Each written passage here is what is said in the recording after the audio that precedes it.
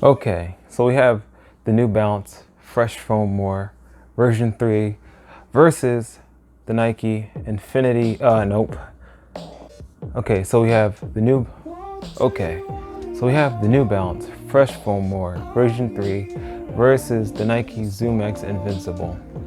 The stats, I wouldn't say that they're similar, mainly because of the drop, just by a couple millimeters. In the forefoot, you have 29 millimeters, and in the forefoot of this shoe, you have 27. And the drop, you have a 4 millimeter drop, so from 29, I think it's 33, and then from 27, you have a 9 millimeter drop. So that 27 takes you up to what, 36? The upper, I think, in the ZoomX Invincible, you're gonna find it's tighter. It's got a firmer lockdown.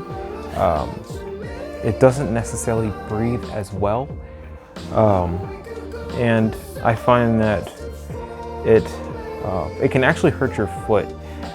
There's this term that I call it like a seatbelt upper, and it's an upper that doesn't really conform to your foot very well. Well, not very well, but it's an upper that doesn't really stretch over time, or it doesn't give much. And this is kind of like that. It's kind of got that seatbelt type kind of upper. And this one is more of a comfort kind of upper. It actually feels really good. It feels like almost like a woman's bag. But this one really, it's coarse. I mean, a lot of people say that it's coarse. So I personally feel like it's a mesh. It feels like, to be honest, a pair of pants. Probably, this lock-in reminds me of the lock-in of the React Miler. I mean, you could see it's got the same kind of setup as the React Miler. I would have referenced it, but I let my friend borrow them. He's gonna be running with me in a marathon later on. But I think this upper is it's kind of one of the problems with this shoe. Even though you get such great lockdown, I think they needed an upper like this because it's kind of rigid. Like, you have something of a rim going around this shoe, around the toe box, and it's pretty strong. So I wonder if that has to do with making this shoe a little bit more stiff because of the ZoomX. And another YouTuber had pointed out that that he thinks the outsole is supposed to kind of mimic a plate and to give the shoe a little bit more stability and rigidness. And I believe that. That's one of the things I was thinking, because the shoe doesn't like to bend a whole lot. It's not the most flexible. It's not the most flexible. The More is more flexible than the Invincible, and that's one of the reasons why I like the More a bit more than the Invincible. But another thing about the Invincible is you'll find with the midsole, going to the midsole, that it is kind of like a ghost, I would describe it. It's there and yet it's not there. So it's kind of tricky to run in because you feel the shoe when you go to toe off. It doesn't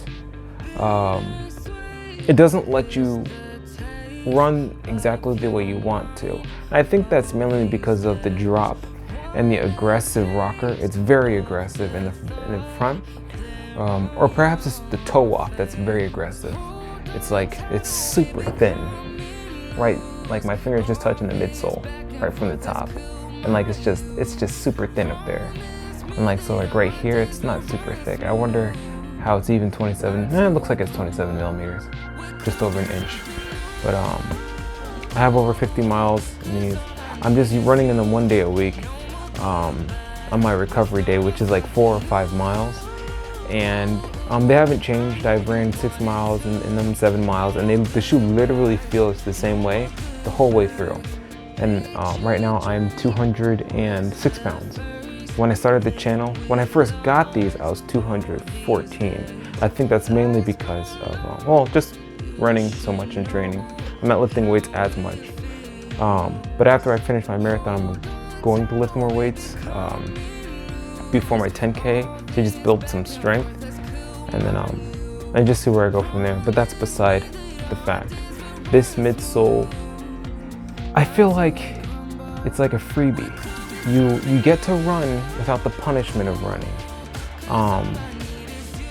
And I realized after my runs, it's almost as if I didn't run at all. That's why I just saved this shoe for my recovery days, not even for my easy days. I don't think it's a daily trainer. I don't like, to be honest, I don't like this shoe for just running. That's a pretty rough thing to say. I don't like this shoe. And the outsole, the wear is almost perfect on the outsole.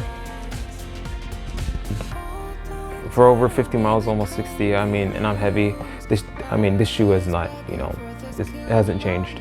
So that's pretty cool. I was terrified in the very beginning. It's like running on air, you feel like it's just gonna pop. But anyways, I'd pick this shoe over this shoe. Like I wouldn't get this shoe if I had this shoe, but now that I have both of them, I definitely would keep both of them because this shoe is excellent for, it's like a weird spacey magic shoe. But this shoe is more of a familiar feel. It feels like a Hoka. It feels like a Hoka 2.0, The morph feels like what a Hoka wishes it was. It's just not as necessarily, well, it feels lighter, but I weighed them and I weighed my old Bondi. And I think the Bondi was lighter than this one. I don't know how Hoka does it. I guess that's their thing.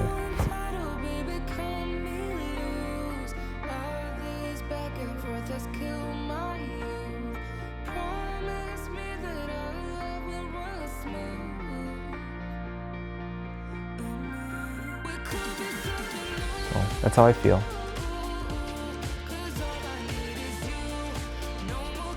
Peace.